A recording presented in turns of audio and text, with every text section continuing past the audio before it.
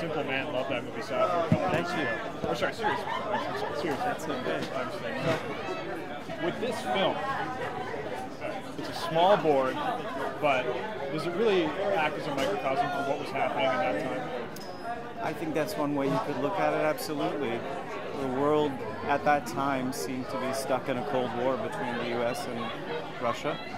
And there was, rabid fans for the game at that time, more than it had ever been before, and probably since. Although some of the modern chess players are getting huge followings as well.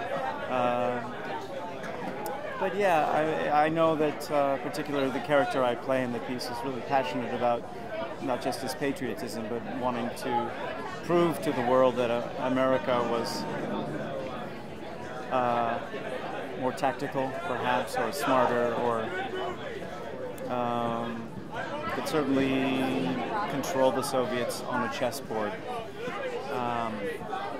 It's a great story. It's a great story.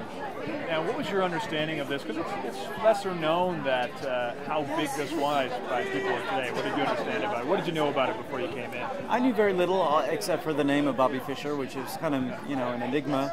And as I started to dig in, I learned about Boris Spassky and about what a huge deal all this was, and how chess sort of had this huge boom at that time, and everybody was doing it, and everybody was interested, and it became a global event, which at that time was remarkable. What do you take from this now? Are you more of a chess fan? Yes, absolutely. Actually, I knew very little about it, and now I have a whole other respect for it than I ever would have had I not worked on this before. The game becomes a much more emotional affair than I was ready to, or expected, more than I expected. The little bit I tried to play during the making of the film was, it's like, wait a minute, you get really proud of yourself if you make a great move, and if you make a bad one, you feel ridiculous. So it ties immediately into your emotional life that way. That surprised me. So it makes you appreciate their skill all the more. Excellent. Thank you very much. Thank you. Pleasure to meet you. Nice to meet you too.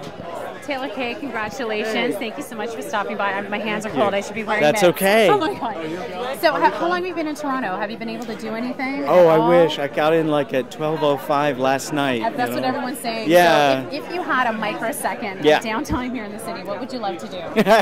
Well, actually, I got to visit a friend of mine who lives here, and that was one of the main things I wanted to do, so we did that.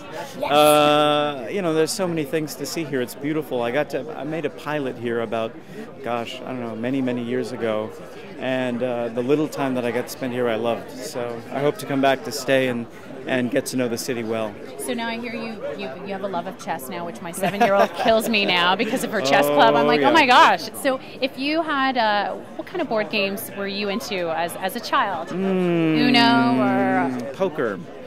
Yeah, poker, gin. My mom was a big cribbage fan. My dad taught me poker.